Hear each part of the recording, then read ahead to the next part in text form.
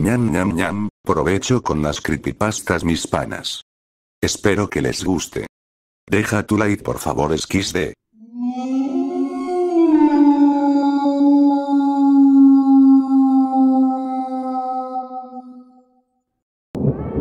Barbie.ami.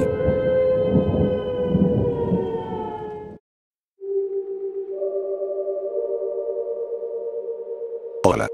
Esto me pasó hace unos meses. Solo necesito contárselo a alguien. Todo comenzó en la fiesta de un amigo mío. Es artista y había alquilado un loft en una zona industrial de la ciudad.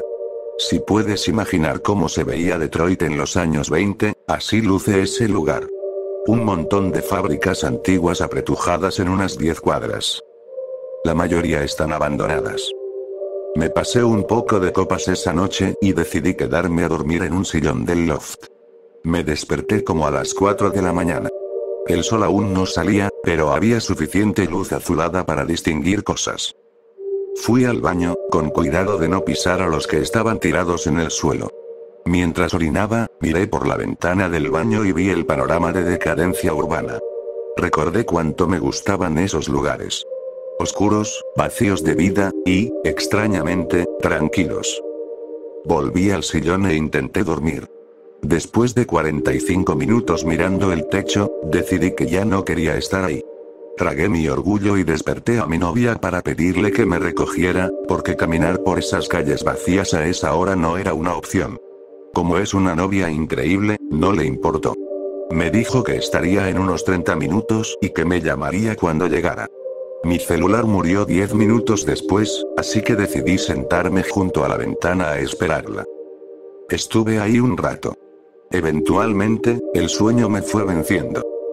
Un ruido me despertó. No fue fuerte, pero sí lo suficiente como para sacarme del letargo. Miré por la ventana y no vi nada extraño. Sin embargo, al otro lado de la calle, junto a una montaña de bolsas de basura y un contenedor enorme, vi una computadora y un monitor estrellados contra el suelo que antes no estaban ahí. Cuando mi novia llegó, bajé a su encuentro. Justo cuando iba a subirme el auto, recordé que un amigo había quemado su fuente de poder. Así que fui a revisar si podía rescatar algo. El monitor estaba inservible, pero la torre no parecía dañada, así que la metí en la maletera y nos fuimos. Pasó una semana y me había olvidado por completo de la torre, hasta que mi novia me llamó para decirme que aún seguía en el carro y que quería que la sacara. Esa noche la llevé a casa. Antes de desarmarla, decidí conectarla al monitor para ver si aún funcionaba. Para mi sorpresa, sí funcionaba. Tenía Windows XP y parecía recién formateada. Decidí buscar cosas como Titsy Pussy, con la esperanza morbosa de encontrar alguna carpeta secreta con porno raro que el dueño anterior hubiera olvidado. No encontré nada. No había imágenes. Entonces busqué vídeos, y apareció uno. Era un archivo .avi dentro de una carpeta llamada Barbie, oculta en el directorio Windows/System32. Lo reproduje. Aquí es donde todo se pone perturbador. El video duraba cerca de 1 hora y parecía una grabación sin editar. Era una mujer sentada en una silla, hablando frente a un fondo blanco. Fui saltando por partes del video, pero todo era el mismo plano continuo. Decidí verlo completo para saber de qué hablaba. A los 15 segundos, el audio se volvía malísimo, con mucho estático y ruido de fondo. No podía entender nada. Importé el video en Final Cut, y traté de ajustar los niveles para aislar su voz. Ayudó un poco, pero seguía sin poder entenderla. Empecé a concentrarme en su rostro y lenguaje corporal. Parecía que alguien le hacía preguntas, porque se detenía a escuchar y luego seguía hablando. A los 15 minutos, su rostro empezó a enrojecer y deformarse, como si las preguntas la molestaran, pero seguía respondiendo. Poco después, empezó a llorar. Lloraba histéricamente por el resto del video. Una de las pocas palabras que pude leer en sus labios fue piel. La repetía una y otra vez, y en un momento se agarró la piel del brazo mientras decía la palabra. Parecía estar molesta con su piel. Todo fue escalando, y a los 40 minutos ya lloraba tanto que apenas podía mirar a la cámara. Dejó de hablar. El resto del video era solo ella llorando con la cabeza baja. Curiosamente, no se levantó ni se movió. La imagen se desvaneció a negro. Me quedé jodidamente perplejo. Revisé el video varias veces esa noche, buscando algún gesto o señal que revelara algo más. Sentía una insatisfacción terrible. Quería saber más. Fue entonces cuando noté que aún quedaban 10 minutos en la línea de tiempo. 2 minutos después de la pantalla negra, había más grabación. Era un video muy tembloroso, casi imposible de ver, mostrando unas piernas caminando por unas vías de tren. Supongo que la cámara se quedó grabando por accidente. La persona caminó unos 6 minutos, luego se desvió al bosque y caminó sobre lo que parecía una especie de sendero de madera improvisado. El clic terminó ahí. Mi corazón se aceleró. Conocía unas vías de tren a pocos kilómetros que se parecían mucho a esas. Tenía que ir a ver. Llamé a mi amigo Ezra. Mide 1,90 metros, pesa más de 110 kilos, casi todo músculo. Lo convencí de acompañarme en esta aventura. Yo tampoco soy débil, pero si iba a meterme al bosque a buscar quién sabe qué, tener a Ezra a mi lado no me venía mal. Estaba tan emocionado con la idea que no pude dormir. A la mañana siguiente, agarré mi linterna, cámara y mi cuchillo cavar de 7 pulgadas, acabado negro mate y filo dentado, y fui por Ezra. Cuando llegué, ni siquiera estaba despierto. Cuando lo desperté, básicamente me mandó a la mierda. Ya estaba listo mentalmente, así que decidí ir solo. Estacioné el carro en la estación de tren, tomé mis cosas y seguí las vías. Después de 2 horas de caminata, vi un pedazo de madera rota, y casi se me doblan las piernas de la emoción. Busqué en el follaje cercano, y ahí estaba. Un caminito de madera metiéndose al bosque. Avancé lento, atento a todo. A veces me agachaba y escuchaba, pero no se oía nada. Era una de las experiencias más tensas que he vivido. No sabía qué esperar al final del camino. La arboleda densa dio paso a un pequeño claro de pasto. Y entonces lo vi. Una casa siendo devorada por la vegetación. A juzgar por su estado, nadie vivía ahí desde hacía 20 o 30 años. Saqué mi cámara y tomé fotos. A unos metros había un cobertizo oxidado de láminas metálicas. Me senté entre los árboles, observando. No quería cruzar el campo abierto. Tenía una corazonada horrible, sentía que algo me vería si lo hacía. Me tomó un rato reunir el valor para acercarme a la casa. La puerta estaba entreabierta. La empujé con la linterna y sentí alivio al ver que el interior estaba bastante bien iluminado. Guardé la linterna, saqué la cámara y tomé algunas fotos más. No había muebles. El suelo estaba cubierto de ladrillos, madera y otros escombros, y algunas paredes tenían agujeros enormes. Mientras avanzaba para explorar, vi algunas cosas a las que en ese momento no les di importancia, pero que ahora, al recordarlas, me perturban profundamente. Lo primero que me pareció algo extraño fue que una de las puertas del primer cuarto, la que supuse que llevaba al sótano, parecía demasiado nueva para estar en esa casa. Además, era la única puerta que estaba cerrada con llave. Y cuando subí al segundo piso, vi unas sillas y una mesa plegable que también parecían demasiado nuevas para el lugar. Pero lo que más me perturbó fue el baño. El polvo del espejo había sido limpiado, y en la bañera había una lona plástica transparente que aún tenía gotas de agua, como si acabara de ser lavada. Fue entonces cuando escuché un gemido muy fuerte. Salté por la ventana del segundo piso y corrí de vuelta hacia las vías del tren. A mitad de camino, me di cuenta de que lo más probable era que el gemido hubiese sido una tubería expandiéndose o contrayéndose. Ese pequeño alivio dio paso al horror cuando me pregunté por qué demonios habría agua corriendo en una casa abandonada en medio del puto bosque. Han pasado poco más de 2 meses desde aquello y no he vuelto, ni tengo planes de hacerlo.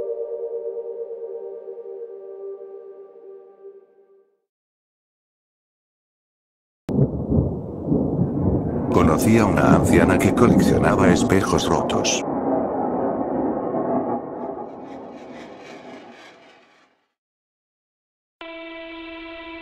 Si no hubiera sido por el chenil caído con un 18 pintado de blanco en un lado del patio, nunca habría encontrado ese maldito lugar. La mitad de las ventanas tenían tablas de madera clavadas, y el césped estaba lleno de maleza. Mi furgoneta vieja parecía estar en su elemento aparcada afuera. Eran las 4:36, lo que significaba que mi fin de semana ya estaría arruinado si nadie estaba en casa. Agarré mi bolsa de herramientas y bajé justo a tiempo para ver que una cortina del piso de arriba se movía. ¡Maldición! Al acercarme a la puerta principal, una anciana me observaba desde el vidrio lateral. Le hice un gesto amistoso con la mano. Varias cerraduras giraron, y luego la puerta se abrió hasta donde la silla lo permitía. A través de la estrecha abertura, dijo: ¿Sí? ¿Puedo ayudarle? Señora Wexler, supongo. Mostré mi credencial. Estoy aquí para arreglar su línea telefónica. Frunció el ceño y luego hizo una expresión de claro. Oh, sí, pase, pase. Desencadenó la puerta y la abrió. La señora Wexler llevaba una bata azul, atada a la cintura. Bajo el escote pronunciado, vi llagas y aparté la mirada de inmediato. Vacilé en la puerta. Señora Wexler, ¿hay un perro adentro? Me dio una mirada vacía hasta que señalé el chenil. Oh, esa cosa vieja. No, Sparky murió hace mucho. Mi hermana lo mató. Pase, pase. La naturalidad de su tono me hizo hacer una doble mirada antes de entrar al pasillo. Al lado de una estrecha escalera, espejos rotos cubrían la pared de piso a techo. Genial, otra acumuladora compulsiva. Era la tercera que veía ese mes. Tendrá que disculpar el desorden, mi hermana es un desastre. Dijo la señora Wexler.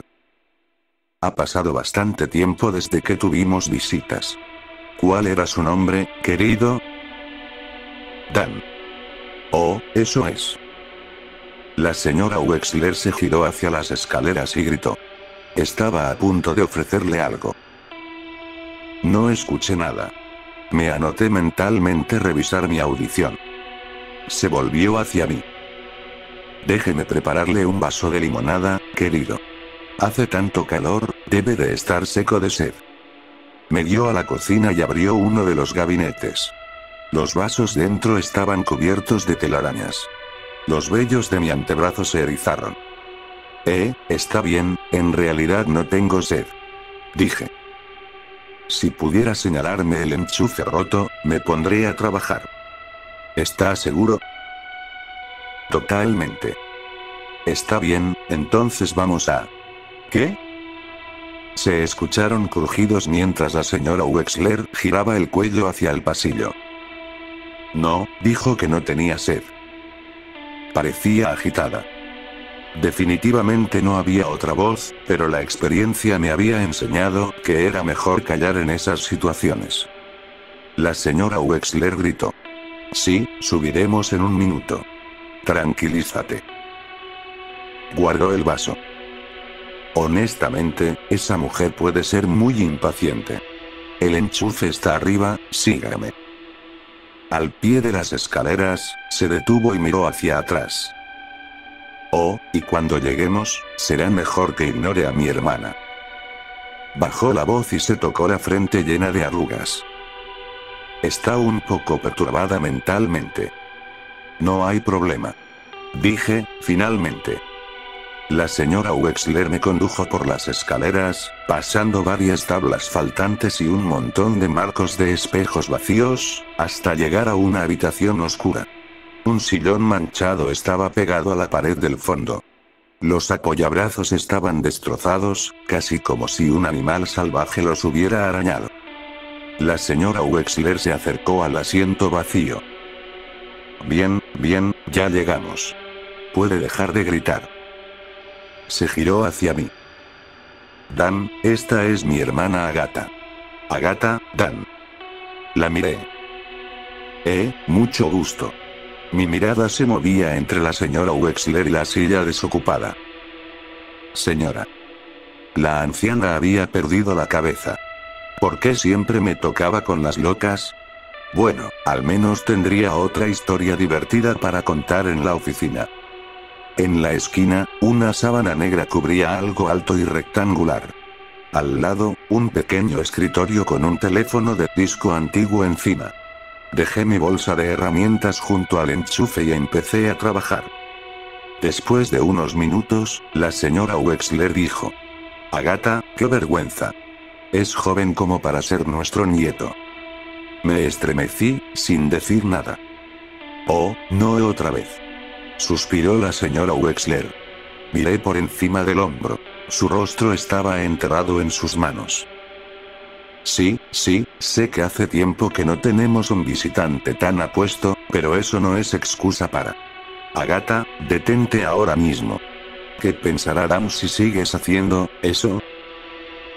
Me mantuve concentrado en el enchufe. La señora Wexler podía tener todos los argumentos imaginarios que quisiera, siempre que los hiciera al otro lado de la habitación. Oh, no estoy siendo mala anfitriona, bien. La señora Wexler se acercó. Dan, Agatha quiere saber si quieres un poco de brisket que quedó. Negué con la cabeza. Ahí lo tienes. Dijo que está bien, ¿ves? La señora Wexler gimió, luego se inclinó apoyándose en mi hombro. Mi estómago se retorció. ¿Estaba insinuándose hacia mí? Ella dijo: Agatha no va a dejarlo pasar. Te traeré un poco de brisket, puedes probar un pedacito, y si no te gusta, solo di que no tienes hambre. Miró a su alrededor y luego presionó sus labios contra mi oído. Y si Agatha intenta cualquier tontería mientras estoy fuera, simplemente dile cortésmente que ya tienes pareja. No acepta bien el rechazo. Un escalofrío recorrió mi columna. Una vez que la señora Wexler se fue, desenroscó el panel y probé los cables a toda velocidad, esperando terminar el trabajo antes de que regresara. Escuché movimiento. Golpes y choques, como si algo se estuviera moviendo por la habitación. Miré hacia atrás. Nada. Unos momentos después, sentí un peso en el aire. Intenté ignorarlo, pero se volvió intolerable, como si alguien respirara sobre mi cuello. Arañas imaginarias corrían por mi espalda. La señora Wexler entró en la habitación con un plato de carne podrida rodeado de moscas zumbantes. Olía horrible. Dan, traje él. Agatha, ¿qué estás haciendo? Ella hizo como si retirara a alguien de mí. ¡Qué vergüenza! Siéntate de nuevo y deja en paz al pobre Dan. Señor, misericordia, nunca me había sentido tan avergonzada en mi vida. Los golpes atravesaron la habitación otra vez, mientras la señora Wexler golpeaba el aire repetidamente. No me vengas con esas tonterías, dudo sinceramente que Dan te estuviera provocando. La reparación estaba casi lista. Oh, Agatha, no seas así, no eres tú, es solo que, Dan tiene una novia bonita de su edad. ¿Verdad, Dan? Claro. Dije, sin mirar atrás. ¿Ves? Oh, eres imposible, no importa si su novia se enteraría o no, porque él la ama. Ahora sudando y ansioso por irme, conecté el teléfono y escuché tono de marcado. Aleluya. Todo listo. La señora Wexler levantó el auricular. Eres un santo. Muchas gracias. No hay problema. Dije, guardando mis herramientas. Toma. Me acercó un trozo de carne lleno de gusanos a los labios. Pruébalo. Estaré bien, honestamente. Yo, ya comí mucho. Dije, luchando contra el impulso de vomitar. Bueno, al menos. La señora Wexler apretó los dientes y luego estrelló el plato en el suelo. Levanté las manos a modo de defensa. La señora Wexler corrió hacia el sillón. No lo asusté, dijo que no tenía hambre. Su mirada volvió hacia mí. ¿Podrías decirle a mi hermana que no he sido una mala anfitriona? Hizo un gesto de continúa. Has sido muy hospitalaria. Dije. ¿Ves? Cerré mi bolsa. No, Agatha, Dan se va ahora, porque el teléfono funciona, ahora cálmate, no, en absoluto. Dan se siente halagado. Piensa que eres maravillosa, pero está en una relación seria. Eso es todo. ¿No es cierto, Dan? Sí. Oh, Agatha, no digas eso. No, no eres fea. Dan me dijo que pensaba que eras hermosa. ¿No es cierto, Dan? Sí. Ella es. Me aclaré la garganta. Realmente atractiva. Si yo estuviera soltero. ¿Ves? Seca esas lágrimas. La señora Wexler cruzó la habitación y acarició mi bíceps. Me tensé. Lo siento mucho por todo eso. Si no quieres brisket, al menos déjame darte una propina. Me la merecía por no salir corriendo en cuanto empezó a hablar sola. Bueno, si insistes. La señora Wexler desapareció en la otra habitación justo cuando mi teléfono vibró. Era la oficina preguntando si había terminado el trabajo. Les dije que solo estaba recogiendo mis cosas. Oh, y no vas a creer lo que pasó. Eché un vistazo rápido. Una vieja fea me coqueteó. La loca debe tener al menos 100 años. Te contaré todo cuando. Más sonidos, incluso más fuertes que los anteriores, atravesaron la habitación. Como antes, sentí un escalofrío de terror. Los finos vellos de mi cuerpo se erizaron. Te llamaré después. Silencio. La señora Wexler me había asustado, eso era todo. Era hora de irme. Alcancé mi bolsa, pero sentí que algo tiraba de mi cinturón. La sábana negra que cubría la forma rectangular se había enganchado en una de las muescas. Al liberarla de un tirón, la sábana cayó al suelo, revelando un espejo de pie. Al alcanzar mi bolsa, vi un movimiento en el espejo y me incorporé de golpe. Nada más que mi propio reflejo. Sentí un calor repentino y nauseabundo en la nuca. Lentamente, me incliné hacia un lado. La señora Wexler estaba detrás de mí, desnuda. El espacio entre sus piernas estaba cubierto de pelo gris y sucio. Oh, señora Wexler, lo siento mucho. Me di vuelta, desviando la mirada. La habitación estaba vacía. Giré la cabeza de nuevo, confundido. Dentro del espejo, los ojos de la señora Wexler se movían por mí. Miré por encima del hombro. Nada más que una habitación vacía. Mi estómago se tensó. El reflejo frunció el ceño, mostrando dientes podridos. Paralizado por el miedo, observé cómo el reflejo de la señora Wexler se tambaleaba hacia el mío. Sacos flácidos se balanceaban sobre costillas claramente marcadas, salpicadas de llagas llenas de pus. Gimiendo, me giré hacia un lado, manteniendo un ojo en el espejo y otro en la habitación. Cuando el reflejo de la señora Wexler estuvo frente a frente con el mío, percibí un aliento rancio y húmedo. Intentó golpearme con una garra artrítica, desgarrando una tira de mi camisa. Un hilo de sangre bajó por mi torso. Retrocedí hasta la pared. Ahora no podía ver en el espejo, pero la sensación de presencia seguía allí. Se volvió insoportable, como si un cuerpo húmedo se presionara contra el mío. Di la vuelta por el perímetro de la habitación hasta poder ver los reflejos de nuevo. Agatha me perseguía con los brazos extendidos, como un bebé suplicando ser levantado. Venas azules se ramificaban como ríos sobre sus muslos huesudos. Intenté gritar, pero mi garganta estaba seca de terror. Justo entonces, la señora Wexler entró. Dan, espero que... Agatha, ¿qué estás haciendo? Con el corazón latiendo, empujé a la señora Wexler a un lado y salí corriendo de la habitación. Mi pie se hundió en el espacio bajo una tabla faltante, haciéndome caer por las escaleras.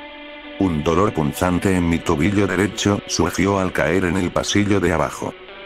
Gimiendo, miré alrededor. Había movimiento en los espejos rotos montados en la pared. Agatha se movía dentro de los fragmentos fracturados como el caleidoscopio más aterrador del mundo mientras cargaba hacia mí. Me tambaleé para ponerme de pie, aún aturdido. La verdadera señora Wexler gritó. No me importa lo que dijo, eso no es excusa para este tipo de comportamiento. Sin detenerme a recuperar el aliento, cojeando, salí de la casa, atravesé la entrada y arrastré mi tobillo hinchado dentro de la furgoneta. Mis manos temblaban tanto que me tomó 3 intentos meter la llave en el encendido. Una línea de maleza se aplastaba en el jardín, avanzando hacia mí. Giré la llave una vez, 2. La furgoneta vieja solo amenazaba con arrancar. La puerta principal de la casa se abrió sola. En el espejo lateral, Agatha se tambaleaba junto a la puerta del conductor, con una expresión retorcida de rabia. Intenté el encendido de nuevo. La furgoneta carraspeó. 4 largas marcas de arañazos aparecieron en la ventana lateral, acompañadas de un chirrido estridente. Luego la puerta se abrió y el aliento húmedo de Agatha llenó mi oído. Cerré los ojos, recé en silencio y giré la llave por última vez. El motor rugió. Puse la furgoneta en marcha y aceleré, chirriando los neumáticos, mientras la puerta del lado del conductor se balanceaba salvajemente. La cerré, suspiré aliviado y observé cómo Agatha se encogía en el espejo retrovisor.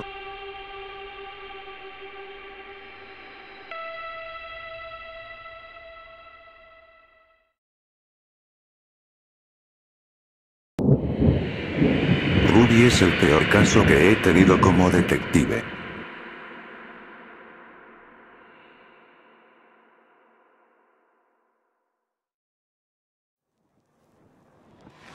Como detective, es difícil encontrar un caso peor que el de Ruby. Los agentes llegaron a su casa alrededor de las 8 de la noche. Los había llamado la vecina de al lado, una anciana que los esperaba frente al jardín. Se le notaba asustada, con el rostro rígido y la mano temblorosa señalando la puerta principal. Cuando los oficiales la derribaron, los golpeó un hedor podrido que nadie pudo describir ni ubicar. Uno de ellos me contó después que las luces y los aparatos eléctricos dentro de la casa parpadeaban sin razón alguna. Encontraron a Ruby en la sala, sentada en el piso, con las piernas cruzadas. En la mano izquierda sostenía un picahielos manchado de rojo. En su regazo, el cuerpo ensangrentado de un niño, con una profunda herida en el pecho. Era Bruno, su hijo de 12 años. Ruby no reaccionó cuando llegaron. Tenía los ojos desorbitados, la boca entreabierta. Estaba catatónica, completamente ida. Siguió así todo el camino hasta la estación. La registramos sin oírle una sola palabra. Pedí que la llevaran a la sala de interrogatorios para intentar sacarle algo. Nos sentamos uno frente al otro durante media hora. Le pregunté si quería algo. Una gaseosa, jugo, agua. Nada.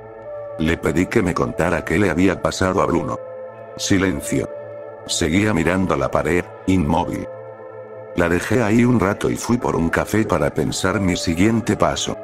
Todo apuntaba a que ella había matado al niño, pero el motivo seguía siendo un misterio.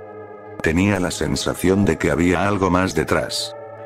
Su familia quedó en shock cuando los llamamos. Todos decían que Ruby siempre había sido una madre devota.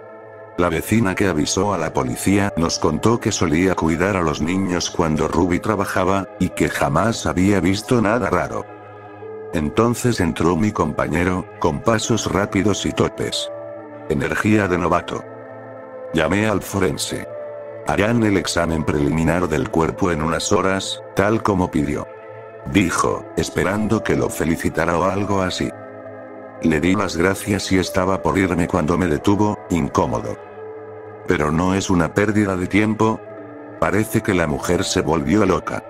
Algún tipo de psicosis o lo que sea. Le dije que sí, que parecía eso, pero que igual quería el informe preliminar. Necesitábamos descartar cualquier otra causa de muerte. Era un pueblo pequeño, y dependíamos del único forense disponible. Volví a la sala de interrogatorios, casi listo para autorizar su traslado a la celda. Tal vez un psiquiatra podría aclarar las cosas al día siguiente. Pero para mi sorpresa, Ruby había cambiado de postura. Ahora estaba inclinada hacia adelante, con los hombros apoyados sobre la mesa, las uñas marcando el metal, como si estuviera nerviosa. Tuve que detenerlo antes de que pasara. Dijo. Fueron las primeras palabras que le oí en toda la noche. ¿Qué pasó?, le pregunté.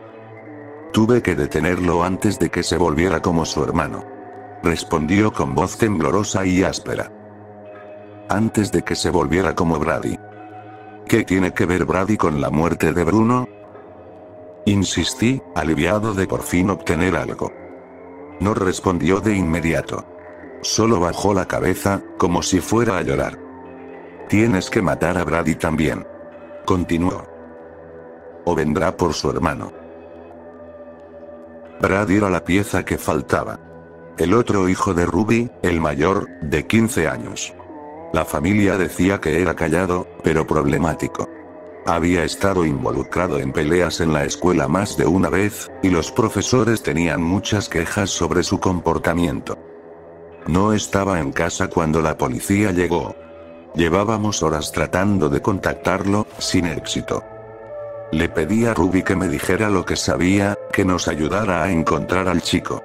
Solo se recostó en la silla y volvió a quedarse con esa mirada vacía. Autoricé su traslado. En ese punto, estaba convencido de que había perdido la razón. Parte de mí simplemente no quería creer que una madre pudiera levantarse un día y hacerle eso a su propio hijo. Subí a mi auto, agotado por la noche, y conduje hacia la oficina del forense. Había acordado recoger al novato después de que obtuviera el informe preliminar. Estacioné junto a un viejo Honda Accord, el único auto ahí, y llamé al celular del novato. No respondió. ¿Se habría ido sin avisarme? Bajé y miré hacia las ventanas del edificio de 2 pisos donde estaba la oficina. Una de las luces seguía encendida. Así que alguien estaba ahí.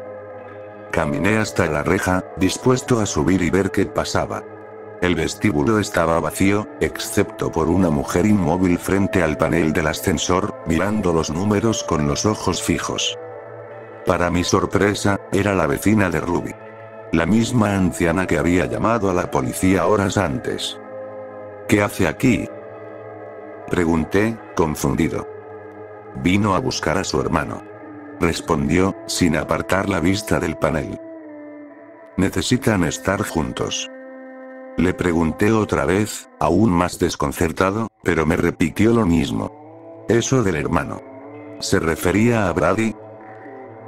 La dejé hablando sola y me dirigí al ascensor. Mi mano rozaba una y otra vez la Glock en mi cintura.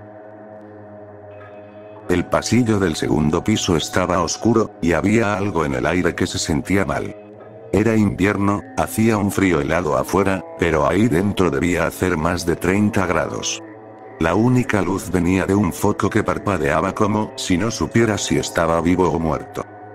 Avancé despacio hacia la única habitación con luz. La puerta estaba entreabierta. Entré con el arma levantada, siguiendo el rastro de un olor a podredumbre, un hedor a azufre. Era asfixiante. Di unos pasos, atento a todo, hasta que pisé algo pegajoso. Apunté hacia abajo y vi una escena que ojalá pudiera borrar de mi cabeza. Y eso que ya he visto más de 100 escenas de homicidio. Estaba parado sobre una parte del novato. Ni siquiera podía decir cuál. Su cuerpo estaba destrozado, los miembros arrancados o aplastados, como si lo hubiera arrollado un tren. En la esquina, vi el cuerpo del forense, destrozado de la misma manera. Me quedé congelado, tratando de entender qué demonios había pasado.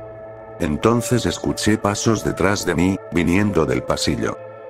El instinto tomó el control. Levanté el arma y grité que se detuviera quien fuera. En la puerta estaba un chico delgado, de cabello largo, con una sudadera negra. Brady. Lo reconocí por las fotos. Llevaba en brazos el cuerpo pálido y sin vida de Bruno. Aquí es donde mi historia siempre se derrumba. He intentado explicarlo a otros detectives, a los reporteros que vinieron después, pero es difícil ponerlo en palabras. Cuando Brady me miró a los ojos, vi una oscuridad tan profunda que sentí que podía tragarme entero. Como mirar al océano a medianoche durante una tormenta.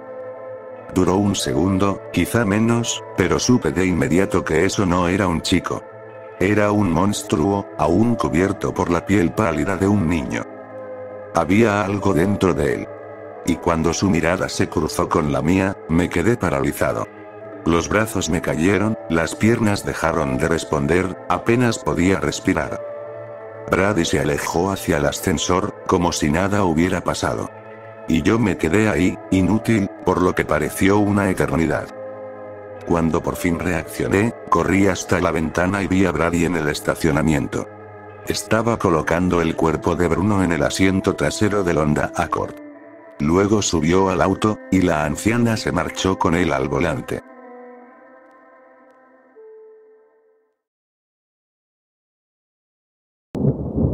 Nunca volveré a comprar otra obra de arte. Siempre me han atraído las cosas raras, oscuras y misteriosas. Devoro podcasts sobre asesinos en serie y lugares embrujados, veo constantemente películas de terror sangrientas, tengo un tatuaje de Michael Myers. E incluso el arte que tengo en casa puede poner incómodos a mis invitados si lo observan por mucho tiempo. Soy un tipo raro, y no voy a disculparme por eso. Claro, he perdido algunas novias por mis gustos, pero ¿qué puedo decir? Me gusta lo que me gusta.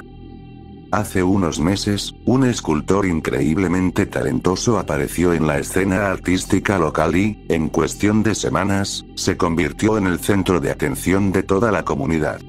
Su nombre era Rodrigo. Nunca daba su apellido, como si fuera una especie de Prince. Nadie sabía de dónde venía, dónde trabajaba ni cómo lograba producir tan rápido, pero en pocas semanas ya estaba montando sus propias galerías por toda la ciudad y ganando más dinero del que muchos artistas hambrientos verían en toda su vida. Su medio preferido era el bronce. Tenía algunas pinturas repartidas por sus galerías, pero lo que realmente atraía a las multitudes y llenaba sus bolsillos eran las estatuas. Sus figuras, increíblemente realistas y de tamaño natural, casi todas representando a mujeres jóvenes, decoraban el suelo de las galerías y dominaban todas las conversaciones del mundo del arte. Mi amigo Brian era dueño del espacio que Rodrigo había alquilado para una de sus primeras exposiciones, así que me invitó a echar un vistazo al nuevo trabajo de este misterioso artista. Era bastante bueno. No soy un gran conocedor del arte, así que para mí, una vez que has visto una estatua de una mujer desnuda, ya las has visto todas, pero se notaba por la emoción de la gente que lo que hacía Rodrigo era algo fuera de lo común. El arte se vendía como pan caliente. Una estatua de un niño sentado con las piernas cruzadas y la cabeza entre las manos se vendió por $8.000. Se titulaba Escondidas. Una estatua de una mujer amamantando a un recién nacido, llamada Nueva Madre, se vendió por $10.000. Las pinturas desaparecían rápidamente por unos cientos de dólares cada una. La pieza que se convirtió rápidamente en el centro de atención estaba en medio de la galería. Era una estatua de una mujer arrodillada en posición de oración. Sus manos, encadenadas, se extendían al frente con los puños cerrados. Su cabeza estaba echada hacia atrás, mirando al cielo, y sus delicadas facciones se retorcían en un grito salvaje, con los ojos bien abiertos. Una llave, colgando de un cordón, reposaba en su cuello, sin cubrir de bronce. Se titulaba Emancipación y se vendió por $20.000. Una reseña posterior decía lo siguiente: Emancipación es una obra que golpea el estómago y canta canciones de amor, pérdida, violencia y sumisión. Su moldeado delicado y preciso nos cuenta, de forma simultánea, una historia de subyugación, servidumbre y humildad, así como una rabia oculta que burbujea bajo la superficie. Nos recuerda que los medios están a nuestro alcance, pero también nos desafía. No a escapar, sino a liberarnos, y a gritar en la cara de nuestros dioses. ¿Pretencioso? Sí, yo también lo creo, pero debiste haberla visto. Había algo tan visceral, tan real en esa pieza, que nadie pasaba sin detenerse a contemplarla. Hacia el final de la noche, la galería empezaba a vaciarse. Los coleccionistas ricos fueron los primeros en irse, luego los aficionados menos pudientes, y finalmente los estudiantes, que probablemente solo estaban ahí por el bar libre. Al final quedábamos solo Brian y yo. Todas las pinturas se habían vendido y enviado a sus nuevos hogares. Las estatuas, marcadas con pequeños letreros rojos de vendido, esperaban ser enviadas esa misma semana a mansiones y galerías privadas por todo el país. Rodrigo estaba ganando dinero a montones. Brian y yo dimos una última vuelta por la galería para contemplar por última vez el arte de un hombre que sin duda llegaría lejos, cuando notamos una pieza en la esquina que, milagrosamente, no se había vendido. Entendí por qué. Era grotesca. Representaba a una persona arrastrándose en manos y rodillas. La cabeza estaba partida por la mitad desde la coronilla hasta la nariz, dejando unos centímetros de espacio entre los ojos. La boca, increíblemente detallada, estaba congelada en un grito mortal que casi podía escucharse.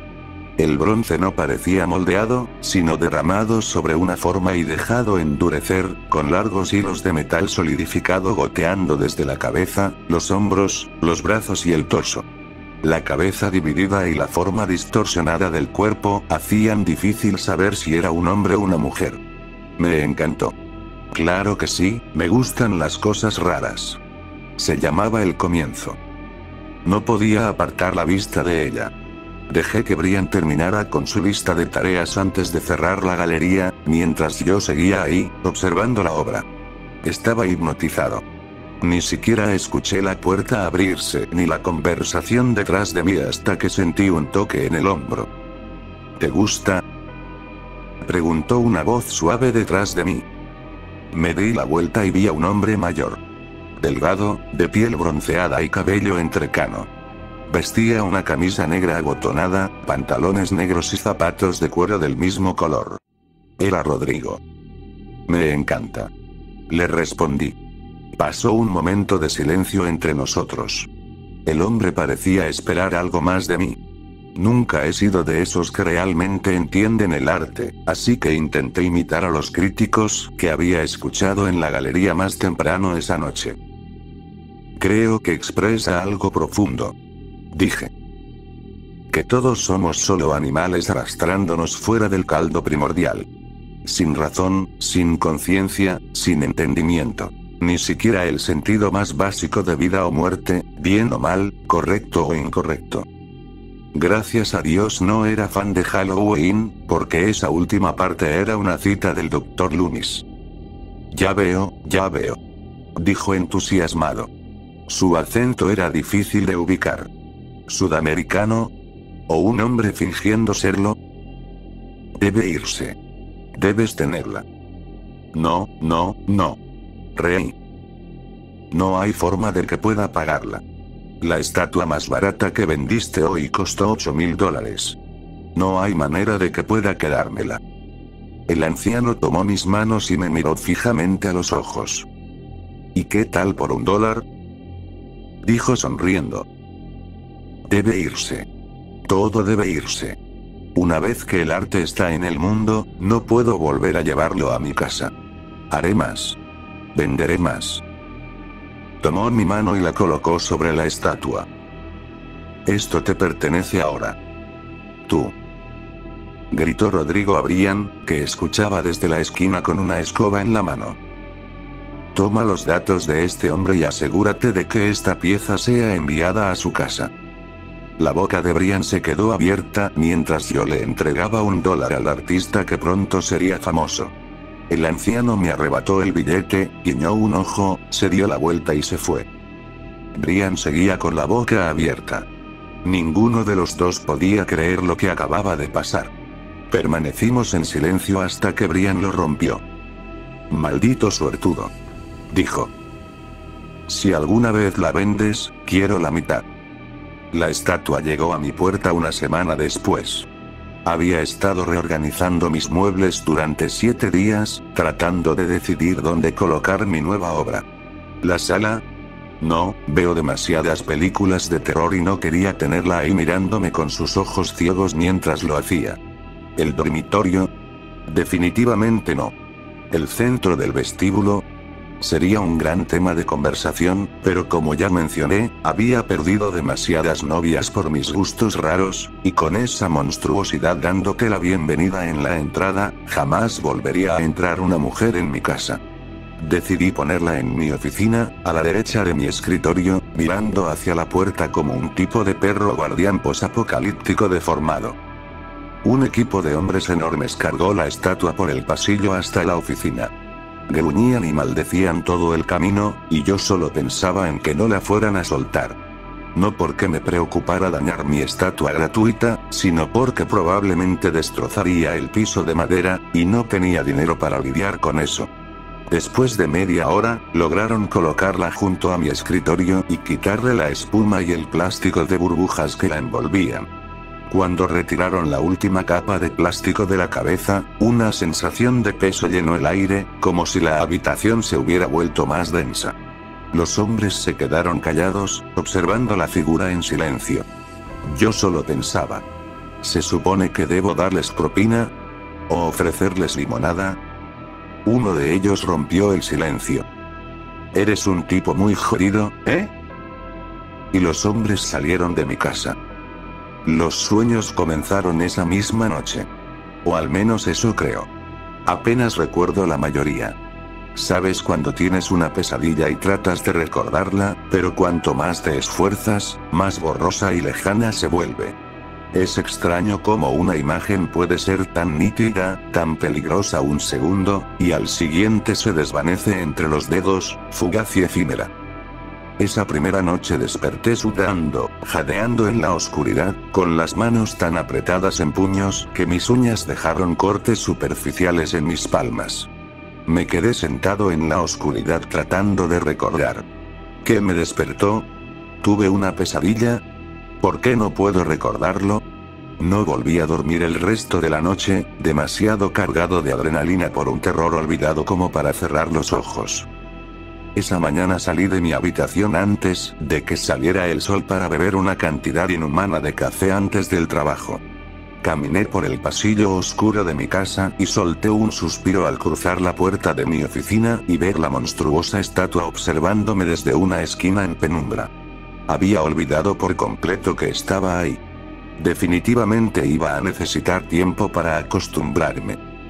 Tomé mi café, preparé unos huevos y vi un poco de televisión antes de limpiar y decidir empezar mi jornada de trabajo alrededor de las 8. Me quedé en el marco de la puerta, observando la figura humana deformada, inmóvil en bronce, sentada en la esquina tenue del cuarto.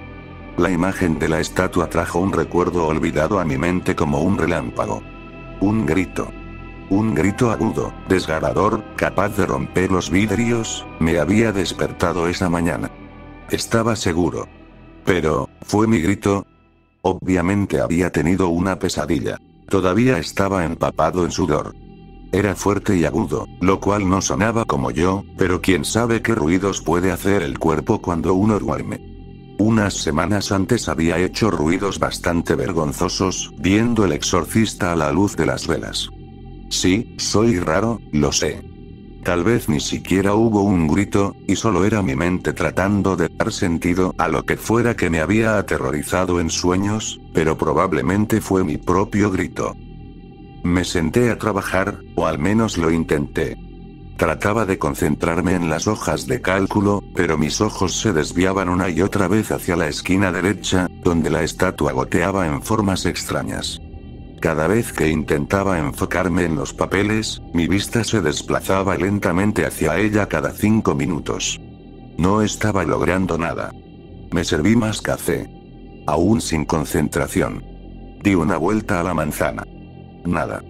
Almorcé temprano para tomar una siesta corta. Tampoco funcionó. La estatua parecía tener su propia gravedad, tirando de mis ojos como si quisiera mostrarme algo. Da igual. Pensé. Solo estoy cansado. Dormiría bien esa noche y todo mejoraría al día siguiente. Alerta de spoiler. No dormí bien. Me quedé acostado mirando el techo, observando el ventilador girar una y otra vez. No podía evitar pensar en la estatua. Había algo en ella que me incomodaba. Claro, podía resultar perturbadora a la vista, pero era algo más, algo distinto. Casi como si emanara una energía que se filtraba desde la oficina al resto de la casa. Malas vibras. Como diría Brian. Pensé en llamarlo para contarle sobre la estatua, tal vez había escuchado algo de los otros compradores del artista. Poco después de esa idea me quedé dormido, en un sueño breve e inquieto. Desperté sobresaltado otra vez, con la adrenalina a tope. Las sábanas estaban empapadas en sudor. Lo primero que vino a mi mente fue el grito que creía haber oído la noche anterior. Definitivamente escuché algo, creo. Dios, estaba agotado. En ese punto podría haber dormido aunque hubiera una banda tocando en mi sala. Me metí a la ducha y repetí la misma rutina de la mañana anterior. Café, desayuno, televisión, y luego al trabajo. Me senté frente al escritorio y moví el ratón sin sentido sobre la pantalla, demasiado cansado y distraído como para hacer algo productivo. Decidí llamar a Brian. Oye, Brian, ¿has recibido comentarios de alguien del evento sobre sus estatuas? Pregunté. ¿Comentarios? ¿Cómo qué? Es más pesada de lo que pensaba. Rió Brian. No, me refiero a... Olvídalo. Suspiré. Estaba claro que no sabía nada. No es nada, solo que no estoy seguro de si quiero tenerla en casa. Bueno, no va a ir a parar a la mía. Dijo. Pero no la vendas todavía. Te digo que este tipo va a ser enorme, solo es... Silencio. Lo interrumpí. Juraría que escuché el sonido más tenue de alguien más en la línea, respirando. Una inhalación y exhalación profunda. No como Darth Vader, pero tampoco muy diferente a Michael Myers. Me toqué el tatuaje. ¿Hay alguien más en la llamada contigo? No. Respondió Brian, visiblemente confundido. Inhalar, exhalar. Brian, tengo que deshacerme de esta estatua. Sé que voy a sonar loco, pero no puedo tener esto en mi casa. Me está volviendo loco. Si me hubieras dejado terminar. Dijo. Te habría dicho que la conservaras unos años. Este tipo va a ser gigante. Imagina que te regalan un Picasso, un Dalí, un maldito Rembrandt. Eso es lo que te pasó a ti. Guárdala y en unos años serás rico, y no te olvides. Quiero la mitad. Sí, está bien.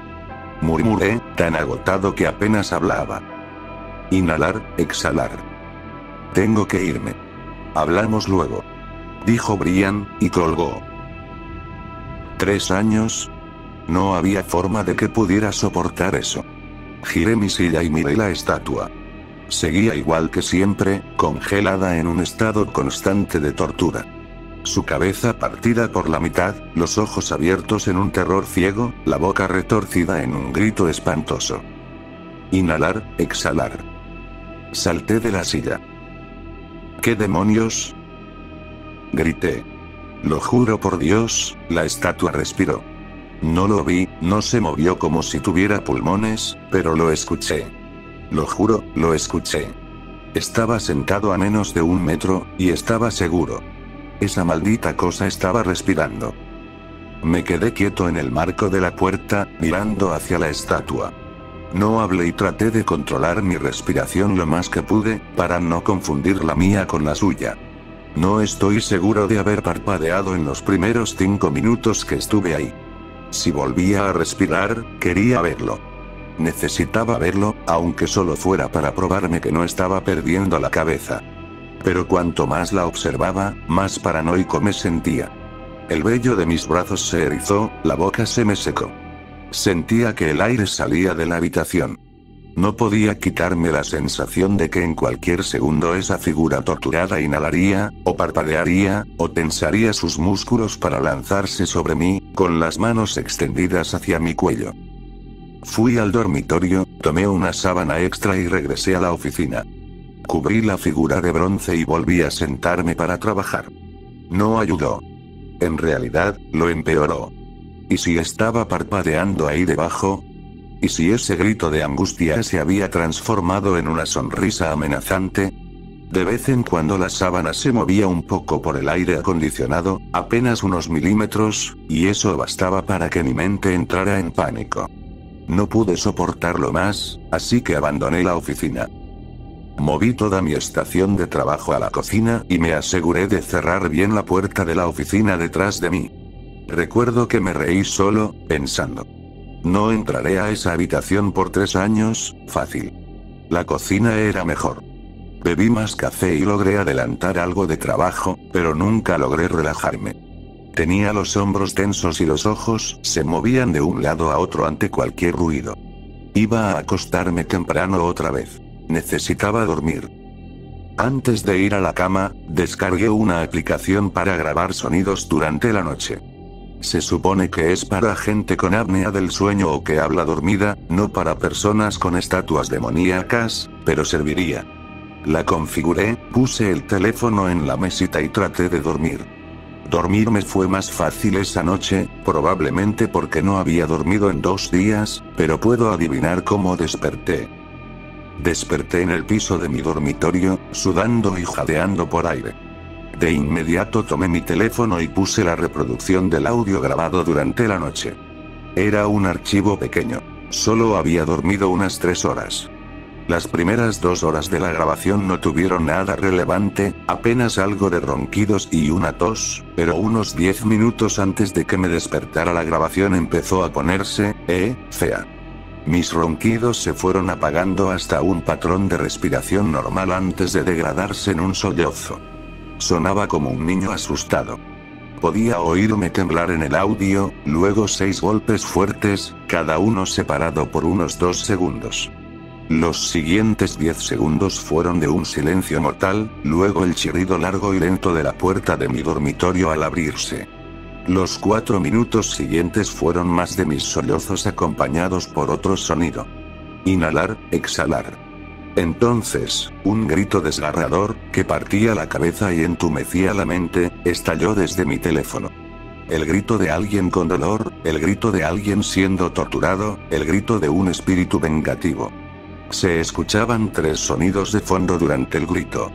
La puerta de mi dormitorio cerrándose de golpe, mi cuerpo cayendo de la cama y yo jadeando al despertar mientras el grito se desvanecía. Cerré la aplicación, llamé a mi jefe y le avisé que estaba enfermo y que no trabajaría ese día y probablemente tampoco al siguiente. No me di cuenta de que eran las 2:30 de la mañana. Se molestó porque lo desperté, pero al diablo con él. Me senté en la cama y me quedé mirando la puerta durante 6 horas. No quería salir de mi habitación. En cuanto abriera esa puerta, estaría parado del otro lado, podía sentirlo. 2 horas más tarde estaba a punto de orinarme. Recuerdo que pensé que estaba siendo ridículo. ¿Iba a orinar la cama por miedo a una estatua? Madura de una vez. Sal y usa el baño como un hombre. Me puse de pie, crucé el cuarto, abrí la puerta del dormitorio y de inmediato me oriné al ver lo que tenía delante. Al otro extremo del pasillo, la puerta de mi oficina estaba completamente abierta. La sábana con la que había cubierto la estatua yacía hecha un montón sobre mi escritorio. Creo que tú también te habrías orinado. Azoté mi puerta, la aseguré con el pestillo, como si una puerta de madera endeble fuera a detener una fuerza de más de 450 kilos corriendo contra ella, y me arrastré de nuevo a la cama. Ni siquiera limpié la orina. Me quedé mirando la puerta otras 4 horas hasta que empezaron los golpes. Bang bang bang bang. Me sentí mareado, el mundo me daba vueltas. No podía creer que esto estuviera ocurriendo de verdad. Bang bang bang bang venía el ruido desde el pasillo. Hice arcadas secas en la cama. No podía creer que así iba a terminar. Bang bang bang bang. Grité tan fuerte como pude. Me detuve, tomé aire y volví a gritar, y entonces, desde el pasillo, se oyó algo que sonó como una explosión. Escuché astillas de madera caer sobre el piso de madera. Seguí gritando. La perilla de mi puerta estaba girando y me estaba faltando el aire. Oí voces en el pasillo hablando entre sí. ¿Había más de una? Estoy perdido. La puerta del dormitorio se abrió de golpe y a mi habitación entró un policía con el arma desenfundada. Solo está sentado en la cama gritando como un loco. Dijo por encima del hombro al otro agente en el pasillo. El oficial aspiró profundo por la nariz. Ah, por Dios, estoy parado en un charco de orina, ¿no? Me desmayé. Cuando desperté, un policía estaba sentado en una silla frente a mí. Estaba en una cama de hospital. Me alegró que no fuera el agente que se mojó las botas. Te oímos gritar, así que derribamos la puerta principal. Dijo el policía. El departamento no te va a reembolsar eso. Se incorporó un poco en la silla y se frotó el bigote antes de acomodarse de nuevo. Voy a contarte una historia y luego te haré unas preguntas, ¿crees que puedes con eso?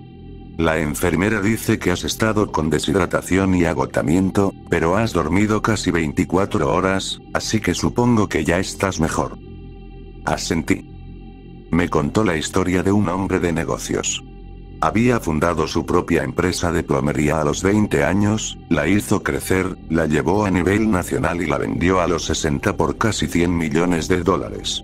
Desde entonces, pasó su tiempo viajando por el mundo y comprando arte con su esposa de 30 años. Estaban muy enamorados y cada aniversario lo pasaban en el Louvre. A los 65, el empresario construyó una iglesia en su ciudad natal y cada Navidad servía en comedores para personas necesitadas. Con el tiempo, sus viajes lo llevaron al mismo evento de arte al que yo había ido unos días antes. El de Rodrigo. El que se hizo en la galería de Brian. El hombre quedó cautivado por una pieza que vio allí. Se llamaba Emancipación. Dijo que la obra le hablaba, así que la compró. Al día siguiente la llevó a su galería privada en casa e invitó a amigos a verla. Ellos quedaron impresionados con la artesanía, pero la admiración del empresario por la pieza se convirtió rápidamente en obsesión. Sus amigos dijeron que para el tercer día ya no salía del cuarto donde estaba la obra. Mudó su cama a la galería, comía allí. Nos dijeron que sostenía largas conversaciones con la estatua mientras su esposa y sus amigos escuchaban desde la otra habitación. Al quinto día se quebró. Perdió completamente la razón. Destruyó gran parte del arte de su galería y luego mató a su esposa y a una amiga de ella que tuvo la mala suerte de estar de visita. Cuando despertó al sexto día, no podía creer lo que había hecho. Tomó un martillo y un cincel de su caja de herramientas y se puso a trabajar en la estatua. Según dijo, la estatua le dijo que matara a su esposa, así que quería vengarse de la estatua antes de entregarse. Le cinceló el rostro durante unas 2 horas y luego llamó a la policía. Cuando la policía llegó a la casa del empresario, lo primero que notó fue el olor. No venía de los 2 cuerpos que encontraron en la cocina. No llevaban muertos el tiempo suficiente como para apestar. Venía de la galería. Al entrar a investigar, encontraron la estatua, de rodillas, con las manos encadenadas, y por el suelo, alrededor de ella, había pequeños fragmentos de bronce desprendidos con paciencia. El rostro de la estatua, inclinado hacia el techo, había sido arrancado a cincel, revelando debajo los restos carbonizados y en descomposición de algún desafortunado. Estamos buscando a un hombre que se hace llamar Rodrigo. Está vinculado a 14 casos abiertos de personas desaparecidas. Dijo el policía. Si aún no lo has deducido. Están dentro de las estatuas. Volví a casa del hospital al día siguiente. La estatua de mi oficina ya no estaba y mi cuarto olía a orina. Me mantuve ocupado ese primer día. No quería detenerme a pensar, por miedo a lo que mi mente pudiera inventar. Reemplacé la puerta principal y luego probé una docena de remedios para quitar el olor a orina del cuarto, ninguno funcionó. Tomé nota mental de que debía comer mejor. Empecé a mover mi estación de trabajo de vuelta a la oficina, tarareando para distraerme del espacio vacío en la esquina donde solía estar la estatua, cuando encontré un billete de $1 sobre el escritorio.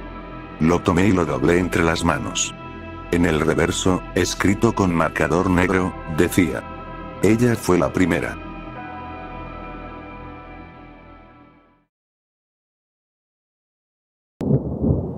Black Friday.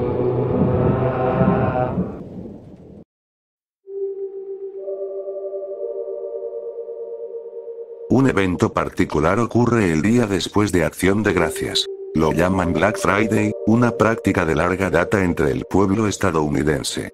Un día para entregarse a todos los deseos terrenales y purgarse comprando bienes con descuentos masivos y ofertas absurdamente baratas ofrecidas por las manos invisibles del mercado.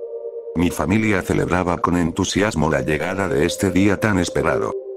Mi madre, una mujer que no desaprovecha ninguna oportunidad para ahorrar dinero, hacía grandes esfuerzos por planificar con antelación estos eventos tan preciados. Mi padre, un hombre profundamente religioso, se sometía dócilmente año tras año a los planes de mi madre. Por supuesto, yo siempre era arrastrado a estas travesías. Aprenderás este noble oficio y pronto serás tan grandioso como tu propia madre. Ella se sentía muy orgullosa de lo que hacía. A la mañana siguiente, mi casa estalló en caos mientras el reloj despertador marcaba las 2 de la madrugada. Mis padres ya estaban abajo, listos para salir. Me vestí rápidamente. A las 2:30 de la madrugada, llegamos al mercado.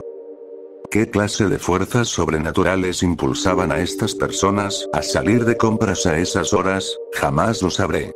Aún así, mi madre era una de ellas. Un monstruo feroz escondido bajo la piel de una humana, lista para lanzarse al ataque con solo oír de un descuento del 1%.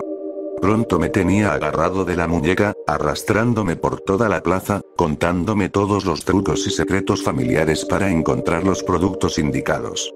Hablaba tan rápido que apenas lograba entender palabra alguna. Estaba especialmente interesada en la subasta de productos frescos. Una única e imponente tarima, sostenida por 4 pilares y una losa monolítica de madera. Un hombre regordete, vestido con un traje negro, se alzaba frente al podio, recibiendo ofertas y compradores desde todas direcciones. Soltando lentamente mi mano, mi madre se volvió hacia mí. Mira y aprende, querido hijo. Déjame mostrarte cómo se consiguen las verdaderas gangas. Se lanzó de lleno entre la multitud, dejándome parado en su estela de polvo. No estoy seguro de cuánto tiempo pasó hasta que la gente empezó a entrar en pánico.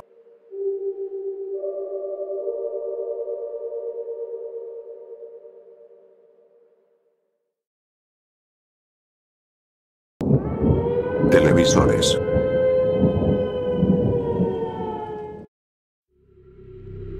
He tenido algunos incidentes extraños en mi vida relacionados con televisores. Mucha gente siempre me preguntaba por qué no tenía una televisión en mi cuarto, o por qué me importaban tan poco las series. Suelo decir que no me gusta engancharme demasiado con los programas, pero tal vez algunos de ustedes quieran saber la verdadera razón. Empezaré con el evento más antiguo que recuerdo relacionado con una televisión. Recuerdo algo de cuando era muy pequeño. Me gustaba despertarme tarde en la noche y escabullirme por la casa, solo por la emoción de hacerlo. Siempre lo hacía para ver si mis padres me descubrían. Solo la posibilidad de meterme en problemas y probar mis nuevas habilidades para esquivar los regaños y las nalgadas me resultaba muy divertido. No recuerdo exactamente cuántos años tenía, pero creo que unos 5 o 6, decidí salir de puntillas de mi cuarto porque quería tomar un poco de leche con chocolate a la 1 de la mañana. Mi habitación estaba al final del pasillo, y al final del pasillo estaba la sala. La sala tenía mi puff, un sillón de 2 plazas y un sofá grande, y cerca de la enorme ventana panorámica teníamos una televisión. Era muy vieja. Había estado con nosotros desde que tengo memoria. Tenía ese estilo de panelado de madera que tenían muchas de las porquerías antiguas de mi papá. De todas formas, perdí completamente el interés por la leche con chocolate que pensaba ir a buscar. Vi una especie de rostro verdoso formándose en la pantalla. Pude distinguir claramente unos pómulos marcados, una mueca de desaprobación y las cejas fruncidas. No podía ver bien los ojos, porque en ese entonces necesitaba lentes y no lo sabía, pero estaba demasiado asustado como para quedarme más tiempo. Para el niño que era en ese momento, era aterrador saber que aquello que normalmente miraba con tanta distracción, también me estaba mirando a mí. Si no hubiera tenido tanta sed, estoy seguro de que me habría orinado encima. Recuerdo que corrí de vuelta por el pasillo y doblé a la izquierda directo al cuarto de mi papá. Me metí bajo las cobijas con él y me aferré con todas mis fuerzas. Balbuceé algo sobre una cara verde espantosa y él simplemente me abrazó hasta que me dormí, suponiendo que todo había sido una pesadilla. Ni hace falta decirlo. No volví a andar de escurridizo por la casa durante mucho tiempo. Sin embargo, al cabo de unos años, aquello se convirtió en un recuerdo lejano que casi nunca volvía a mi mente. Llegué a pensar que solo había sido un sueño. Para entonces ya nos habíamos mudado otra vez, aunque solo a unas casas de distancia. Aquella vieja televisión fue tirada cuando dejó de funcionar. Mis padres compraron una nueva y me dieron la que mi mamá tenía en su cuarto. La instalé y empecé a ver caricaturas los sábados por la mañana. Creo que incluso recuerdo un programa llamado Magia del Mono. Y claro, sí me acuerdo bien de que veía Sailor Moon y Dragon Ball Z, pero una vez más, las cosas no podían quedarse tranquilas. Una noche me estaba quedando dormido cuando escuché ese zumbido característico de cuando se enciende la televisión. Abrí los ojos de golpe. No había nada en la pantalla, solo la conocida estática en blanco y negro. Molesto, agarré el control remoto de mi mesita de noche y apagué la tele. Todo bien por unos días. Sin embargo, un sábado por la noche, mientras veía lo que había en la programación nocturna, los canales empezaron a cambiarse solos.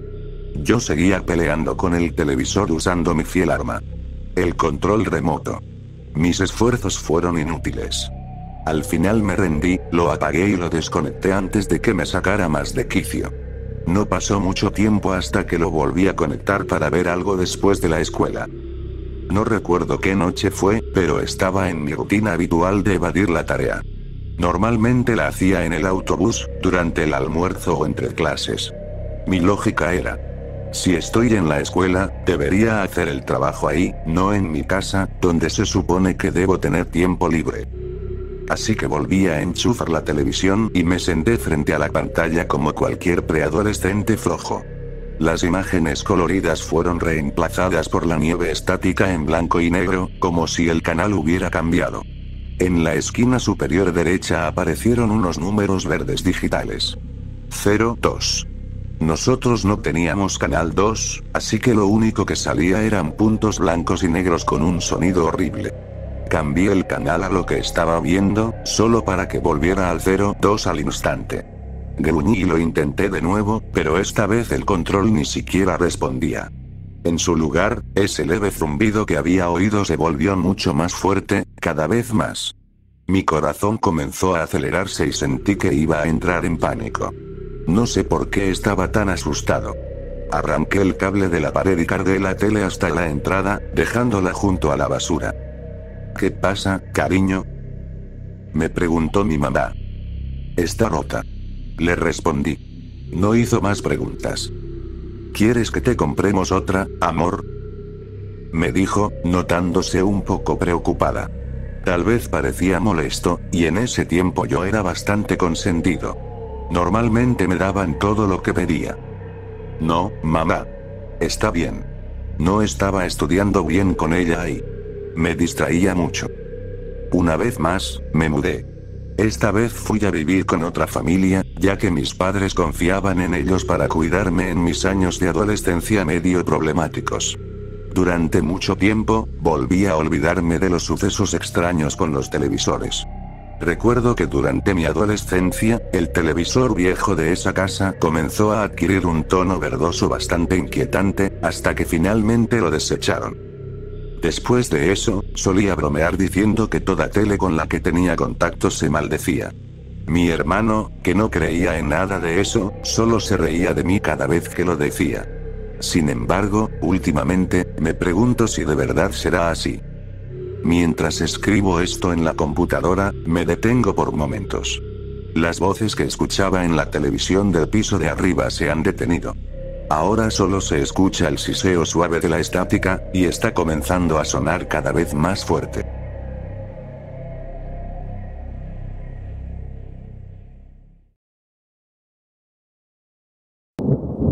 La verdad de mí.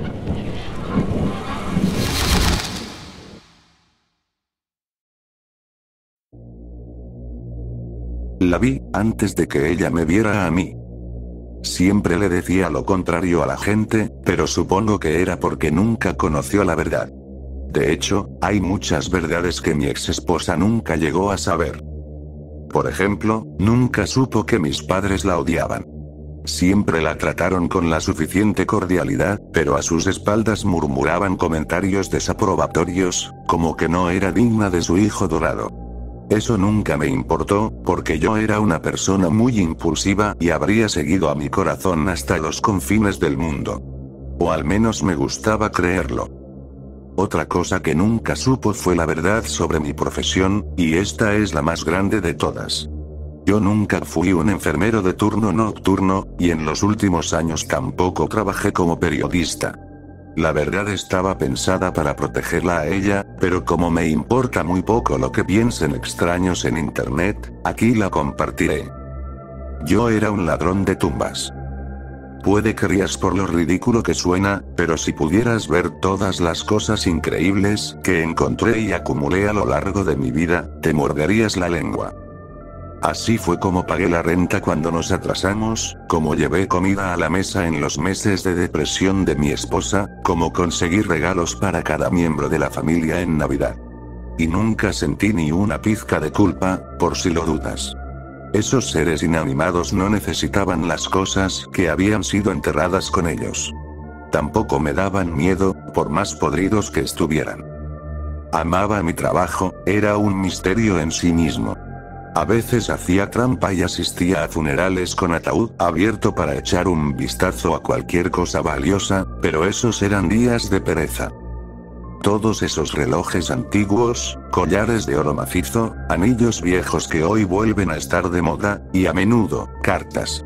Quizás me consideres un ser cruel y repugnante, pero esas cartas jamás me atreví a tocarlas.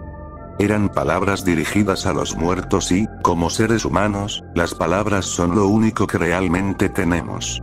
Robar o profanar algo tan verdadero iba en contra de mis creencias morales. Debes creerme cuando digo que nunca, jamás tuve la intención de leer eso. Sé que te estarás preguntando por qué decidí compartir esto, y sospecho que ya intuyes la respuesta. Así que sí. Después de años de robar a los muertos, la marea cambió y finalmente abrí el ataúd equivocado. La ironía es que desenterré esa tumba no con la intención de robar, sino de enfrentar una verdad que me empeñaba en negar. Abrir esa caja de madera, que yo mismo tuve que elegir con horror, verla realmente perdida y aún en descanso eterno después de meses, fue la única manera que encontré de aceptar la pérdida de mi esposa. Sé que la gente puede ser muy crítica, pero todos enfrentan las cosas de maneras distintas. Y abrir la tumba de mi esposa no es algo de lo que me arrepienta. Lo que sí lamento es haber leído la nota que estaba cuidadosamente colocada sobre su pecho, desplegada con las palabras bruscamente expuestas. 3 palabras. Eso fue todo lo que hizo falta para que una vida entera de engaños quedara al descubierto. Esas palabras guardaban un secreto, mi secreto, uno que ella conocía desde siempre. Y contenían una promesa que le hice, de que cada vez que me necesitara, yo respondería a su llamado. Ven a mí. Una petición simple, inconfundible. Una que no tenía intención de aceptar. Pero leer palabras desde el más allá, o palabras que buscan llegar al más allá, es una estupidez.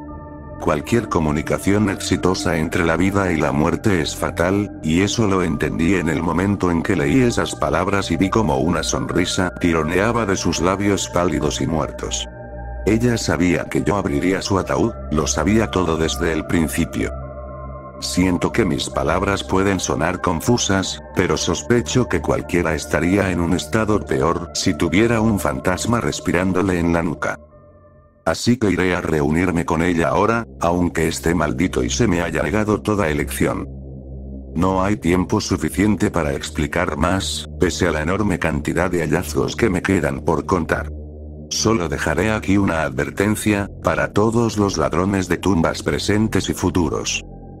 Nunca, jamás lean las cartas.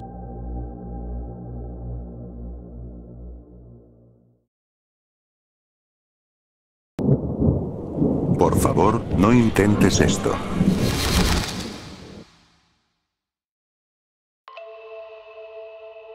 Lo que voy a compartir hoy es una de las muchas maneras relativamente seguras en las que puedes acceder, no exactamente entrar, a un lugar que llamo el lado sombrío, y su efectividad depende de cuánto me tomes en serio. Los resultados pueden variar, remítete al título. No voy a decirte que no debes tener miedo del lado sombrío. Lo más probable es que ya lo hayas visto alguna vez y simplemente pienses que fue un sueño recurrente. Sí te diré que no hace falta tener un miedo ignorante, sin más. Hay diferencia. La ignorancia alimenta el miedo y el miedo puede darle mucha energía a ese lugar. Tienes que ser muy cuidadoso con la preparación si quieres intentarlo. Es como tirarte en paracaídas. Si acertar en el primer intento no es lo tuyo, esto no es para ti. Si consumes drogas o alcohol la noche del evento, lo pasarás mal. Si estás atravesando problemas serios y no te sientes estable mental o espiritualmente, o si haces esto solo para escapar, lo pasarás mal. Y si no sigues mis instrucciones, sobre todo las múltiples medidas de respaldo que te doy, créeme, están por una razón, lo pasarás realmente mal. El nombre de este juego es Los Tres Reyes, por cierto. Ingredientes. 1. Una habitación muy grande, vacía y silenciosa, preferiblemente sin ventanas. Si hay ventanas, debes poder cubrirlas y asegurar oscuridad total. Los sótanos suelen funcionar bien, si son lo bastante amplios. 2. Un paquete de velas, solo usarás una, si todo va bien, y un encendedor. 3. Un cubo de agua y una taza. 4. Un ventilador. 5. 2 espejos grandes, como el de tu tocador. No te preocupes, no se verán dañados. Y si lo hicieran, sería lo de menos. 6. 3 sillas. 7. Un despertador. 8. Un teléfono móvil activo, no te olvides de cargar la maldita batería. 9. Un ser querido dispuesto a seguir reglas y acompañarte en toda esta locura. 10. Un juguete pequeño u objeto querido de tu infancia. Preparación. Empieza a montar todo alrededor de las 11 de la noche. Coloca una silla en el centro de la habitación, orientada al norte, esto es importante. Coloca las otras 2 sillas exactamente a la izquierda y a la derecha, mirando hacia tu trono. La distancia entre tu trono y la de tu reina y bufón debe ser más o menos la longitud de tu brazo hacia cada lado. Coloca los 2 espejos grandes sobre las sillas de la reina y del bufón, a tu izquierda y derecha, enfrentándote, y enfrentándose entre ellos. Haz lo posible por ponerlos en un ángulo de 90 grados, si no, podrías obtener más o menos de 3 reyes. Si te sientas en tu trono mirando al frente, norte, deberías poder percibir tu reflejo en cada uno de los 2 espejos sin tener que girar la cabeza ni los ojos. Si ves tu propio reflejo en el rabillo del ojo, apenas ahí, entonces lo has hecho bien. Coloca el cubo de agua y la taza frente a ti, justo fuera de alcance. Coloca el ventilador detrás de ti y enciéndelo. No lo pongas a máxima potencia. Media o baja suele ser suficiente. Déjalo encendido. Apaga las luces, deja la puerta abierta y ve a tu dormitorio. Pon las velas al lado de la cama, junto al encendedor, el despertador y tu teléfono, déjalo cargando. Programa el despertador a las 3:30 de la madrugada. Apaga las luces y duerme mientras sujetas tu objeto de poder. Descansa un poco. Es la hora. Despiértate a las 3:30 de la madrugada con el despertador. Apágalo, pero no enciendas la luz. Tienes exactamente 3 minutos para encender la vela, coger el móvil y dirigirte a la habitación oscura para sentarte en tu trono. Debes estar sentado a las 3:33 de la madrugada. No olvides tu objeto de poder. Revisa señales de alarma. Si tu móvil no se cargó por cualquier razón, aborta la misión. Si el despertador no sonó exactamente a las 3:30 de la madrugada, aborta la misión. Si la puerta de la habitación oscura está cerrada, recuerda que la dejaste abierta, aborta la misión. Si el ventilador está apagado, tú lo dejaste encendido, aborta la misión. Nota al margen. Si tienes que abortar la misión por cualquiera de las razones anteriores, sal de la casa con tu ser querido. Id a un hotel o algo. No hace falta huir precipitadamente. Tienes tiempo para agarrar una chaqueta y las llaves y tal, pero vete. Después de las 6 de la mañana deberías estar a salvo. Si todo va según lo previsto, puedes avanzar y tomar tu trono. No mires directamente a ninguno de los dos espejos que tienes a los lados. No dejes que la vela se apague. El ventilador está detrás de ti. Debes proteger la vela con tu cuerpo, que está entre la vela y el ventilador. Hay una razón para esto. Ya la verás. Mira recto al frente, a la oscuridad. No mires la vela, ni los espejos, solo al frente.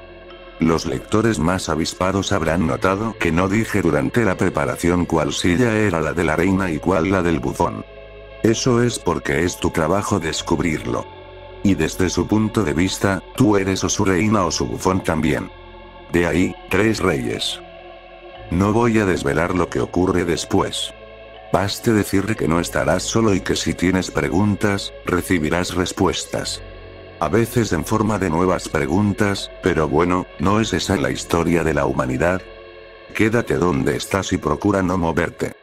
De nuevo. No mires directamente a los espejos ni a la vela. Mira al frente, confía en mí.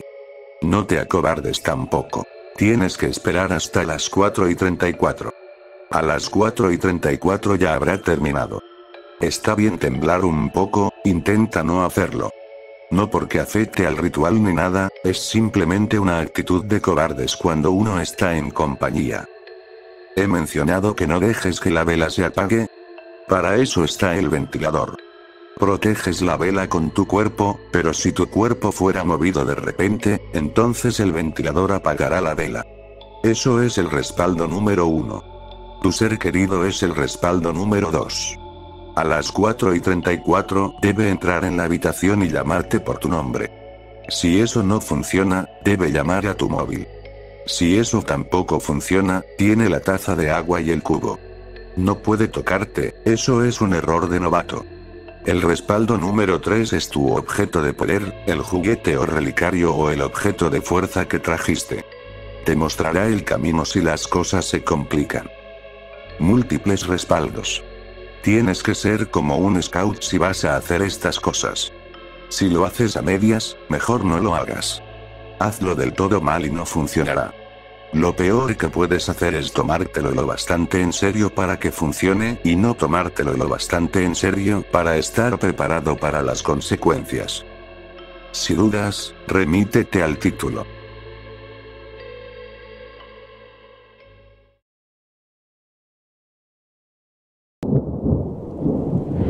Puente Bunnyman.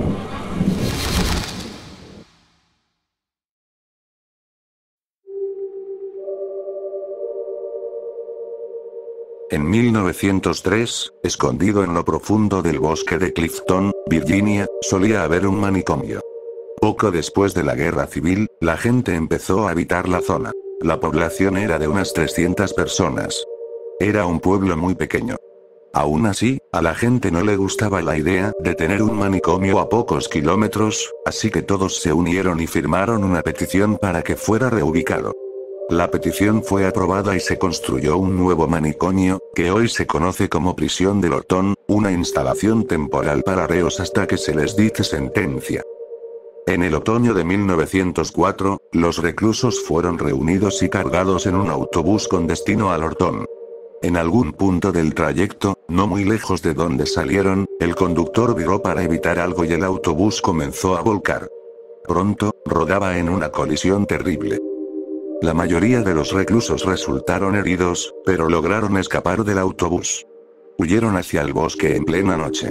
A la mañana siguiente, se inició una investigación policial local. Comenzaron a capturar a los convictos fugados. Las horas se convirtieron en días, los días en semanas, las semanas en meses, y al cabo de 4 meses todos habían sido capturados. Excepto 2 personas. Marcus Aualster y Douglas J. Griffon. Cada tanto, durante la búsqueda de ambos hombres, la policía encontraba conejos muertos. Todos medio devorados y desmembrados. Finalmente, encontraron a Marcus muerto cerca del puente de la estación de Fairfax, hoy conocido como el puente del hombre conejo. En su mano sostenía una herramienta fabricada artesanalmente, una especie de martillo o cuchillo con una roca afilada como cabeza y una rama firme como mango. No le dieron mucha importancia a cómo había muerto. Lo único que les importaba era que lo habían atrapado y ya no tendrían que preocuparse por él. Lo llamaron el hombre conejo, pues creían que él y su herramienta eran responsables de la abundancia de animales muertos. Más adelante se darían cuenta de que le habían dado el apodo a la persona equivocada. Aún buscando a Douglas, siguieron encontrando conejos muertos a medio comer. Con el tiempo, le asignaron a él el título de hombre conejo. Pasaron los meses y la policía abandonó la búsqueda. Todos asumieron que el hombre conejo estaba muerto o se había ido, así que siguieron con sus vidas tranquilas.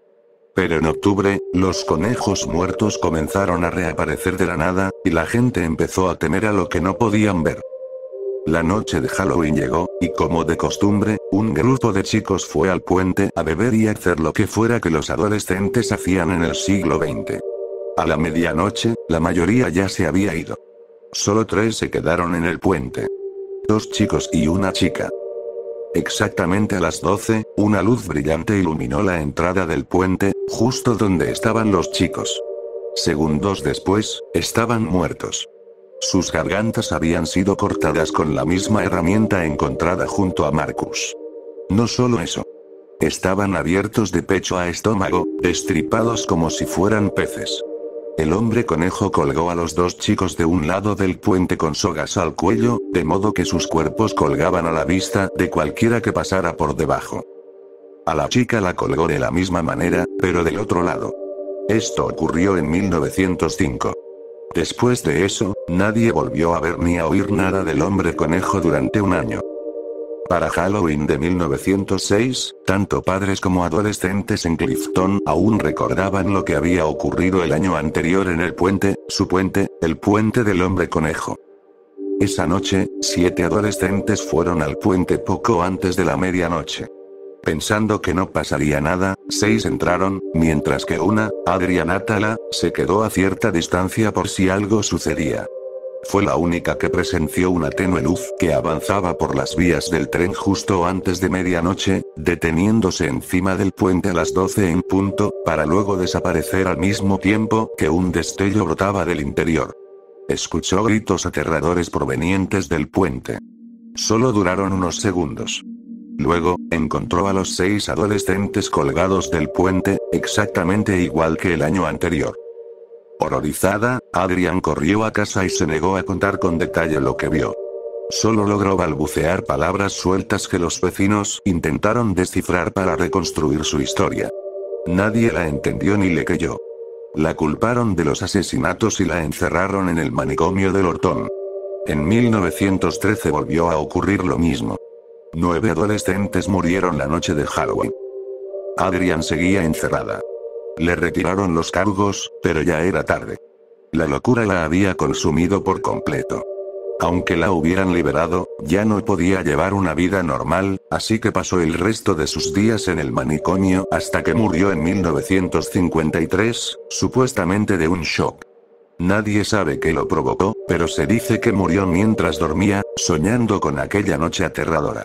Tal vez el hombre conejo finalmente la alcanzó. Más asesinatos seguirían ocurriendo. Sin embargo, tras los de 1913, la mayoría evitaba el puente en Halloween. En 1943, 6 adolescentes se dirigieron al puente en la noche de Halloween. Unas horas después, todos estaban muertos, de la misma manera. Se abrió una investigación, pero como siempre, no se descubrió nada. En 1976 ocurrió lo mismo, esta vez con solo 3 personas. El único otro incidente desde entonces ocurrió en 1987. Janet Charletier estaba disfrutando la noche con 4 amigos. Había llegado Halloween y salieron a dar una vuelta después de saquear las bolsas de dulces de sus hijos. Se detuvieron alrededor de las 11 de la noche en el puente, esperando a la medianoche. No creían en el mito, así que decidieron comprobarlo por sí mismos. Fueron los únicos que sobrevivieron al hombre conejo. Faltaba poco para medianoche y habían estado allí como una hora cuando Janet empezó a asustarse. Habían estado jugándose bromas, saltando desde los arbustos, gritando, así que ya estaba algo tensa. Cuando el reloj marcó la medianoche, Janet estaba en pánico total. Estaba casi fuera del puente cuando las luces se intensificaron. En ese momento, la mitad de su cuerpo estaba fuera. Vio como su piel comenzaba a desgarrarse en el pecho, aunque nada la estuviera tocando. Eventualmente logró escapar. Completamente horrorizada, tropezó con un cuerpo colgado y se desmayó. Cuando despertó, descubrió que estaba sangrando. Por suerte, el corte acababa de hacerse y no era grave. Se fue y nunca volvió al puente. Desde entonces, se la ha visto cada mañana sentada en un banco colgante en su balcón, mirando hacia el puente a unos kilómetros de distancia. Desde ese momento, la historia permanece intacta y sin resolver.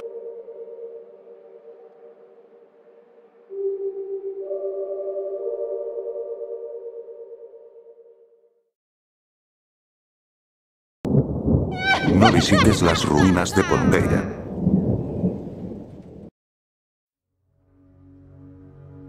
La mayoría de ustedes conoce, o al menos entiende la idea, de la historia de Pompeya. Una erupción del monte Vesubio tan catastrófica que mató a miles y enterró a toda una civilización, dejando sin embargo molders perfectamente conservados de las víctimas de aquel golpe devastador. Muchos de los cuerpos dejaron impresiones casi intactas en la ceniza endurecida, lo que permitió a los arqueólogos hacer molders de yeso que hoy pueden verse en exhibición. El terror aún grabado en muchos de sus rostros es escalofriante. Tuve la oportunidad de visitar la exhibición hace unos años, pero he sido reacia a hablar de ello. No puedo explicarlo ni racionalizarlo, pero lo siento en cada fibra de mi ser. No lo soñé, no me lo imaginé. No le he contado los detalles a nadie, ni siquiera a mi esposo. Sonaría como una maldita lunática. A pesar de mi miedo a que se burlen de mí, hace poco decidí que ya ha pasado suficiente tiempo como para compartir mi historia con otros que quizás hayan vivido cosas extrañas o inexplicables. Tal vez compartirlo me ayude a no sentirme tan sola. A no sentir que me estoy volviendo loca.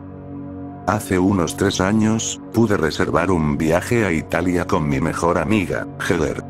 Ella ya había estado allí antes, pero era mi primera vez en un país europeo, así que quería asegurarse de que viéramos lo más posible durante nuestra estadía. Visitamos el Coliseo, la Torre de Pisa, el Vaticano y, por supuesto, muchos restaurantes. Nos aseguramos de tomar un montón de fotos y selfies para nuestros seres queridos en casa y también para las redes sociales. Cuando ya se acercaba el final del viaje, decidimos planear una excursión de un día para visitar las ruinas de Pompeya. Llegamos al sitio llenas de emoción, pero mientras caminábamos entre las ruinas, un sentimiento de tristeza abrumadora empezó a apretarme el pecho. Traté de ignorarlo mientras Heather y yo suspirábamos impresionadas, tomando fotos con nuestros celulares y comentando cómo debió de haber sido todo en aquel tiempo.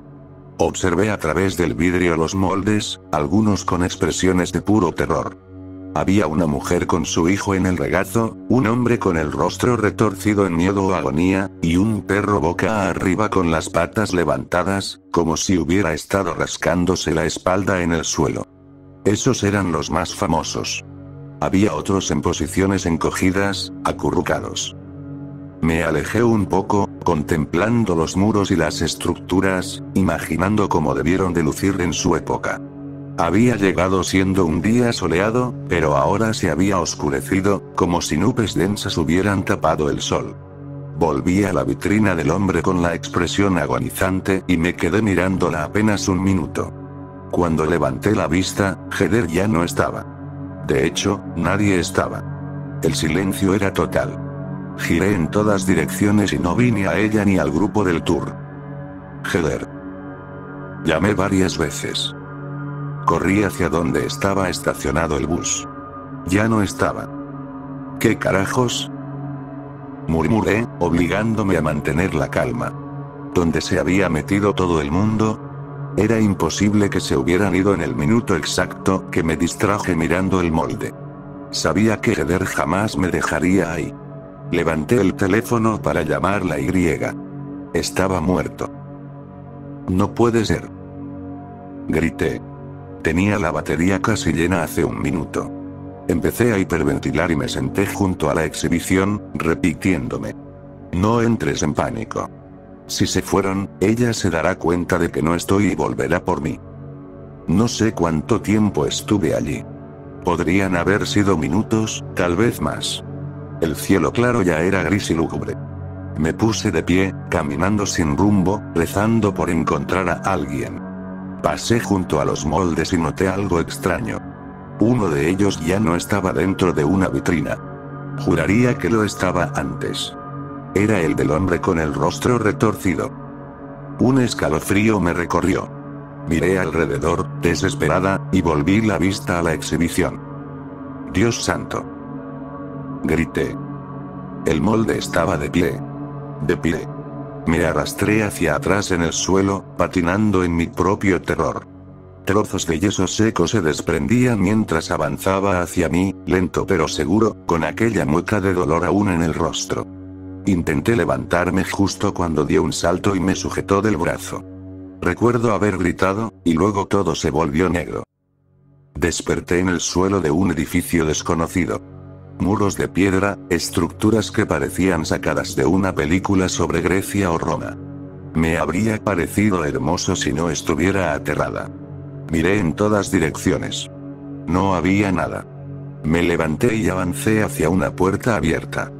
Afuera había gente. Sentí alivio, hasta que noté que algo no encajaba. Vestían túnicas, no ropa moderna. No había autos, ni celulares, ni rastro de tecnología. Carretas de madera, niños corriendo con perros, vendedores con canastos de frutas. Y yo, vestida con mis jeans y camiseta, sin que nadie pareciera notarlo. Me acerqué a un hombre que vendía frutas. Disculpe, señor, ¿dónde estoy?, pregunté con voz temblorosa. Me respondió en una lengua desconocida. ¿Latín? ¿Algún dialecto antiguo? No sonaba a italiano moderno. Me ofreció fruta. Negué con las manos. No podía ser una recreación histórica. Nadie actuaba, nadie rompía el papel para ayudarme. Todo parecía real. Asustada y confundida, me refugié junto a una columna y rompí en llanto. Y entonces lo vi. A lo lejos, el Vesubio. Sentí una punzada de alivio. Al menos seguía en el mismo lugar. Pero también comprendí la magnitud de mi situación.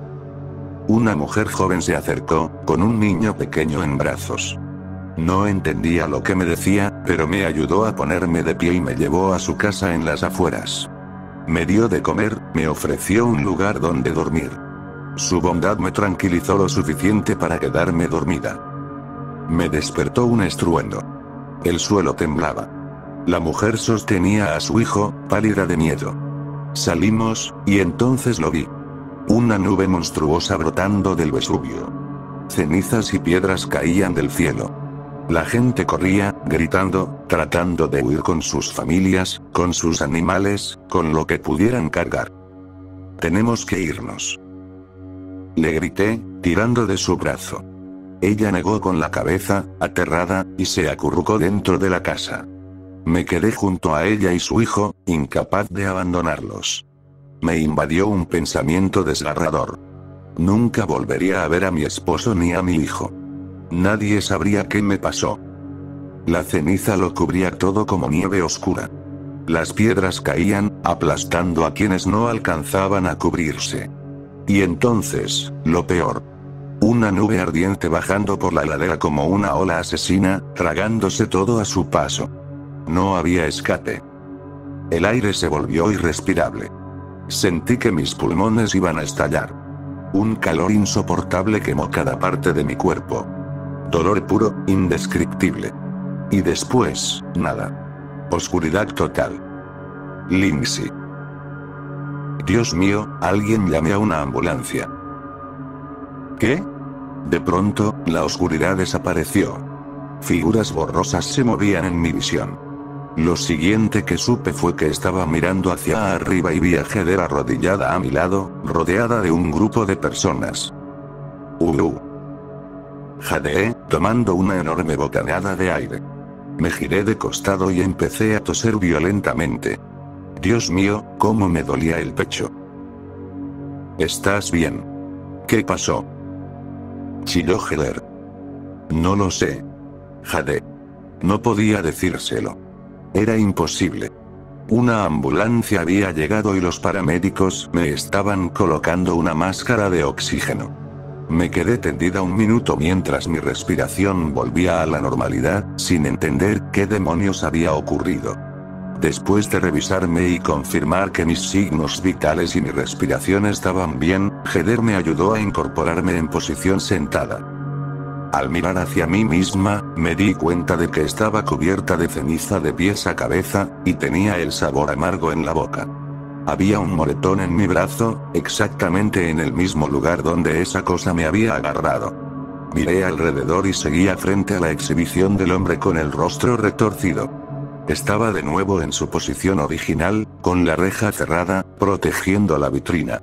Los edificios, otra vez, eran ruinas. ¿Qué demonios pasó? Repitió ella. No viste que me pasara nada, ¿verdad? Le pregunté. No. Yo estaba tomando algunas fotos del lugar, y cuando me di la vuelta, ya no estabas. Contestó. Caminé buscándote hasta que te encontré tirado en el suelo. No estabas respirando. No sabía qué decir ni qué pensar. Lo primero que pasó por mi mente fue que debía haberlo soñado, pero entonces, ¿cómo explicaba toda la ceniza en mi cuerpo y en mi boca? No había fuego cerca, ni nada que pudiera generar cenizas. De vuelta en el hotel, llamé a mi esposo y le conté cómo había sido nuestro día, pero decidí no mencionarle lo que me había pasado. Después de hablar con él y con mi pequeño, asegurándoles que pronto volvería a casa, Heather y yo nos quedamos descansando un rato en la habitación. ¿Quieres ver algunas de las fotos que tomé? Me preguntó. Sí, claro. Respondí. Me pasó su teléfono y empecé a deslizar entre las imágenes. Pasé rápido las del hombre con el rostro retorcido. Solo verlo me helaba la sangre.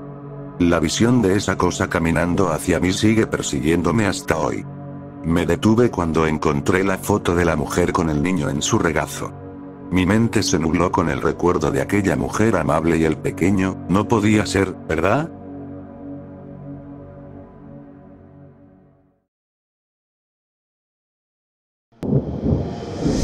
Cacareo.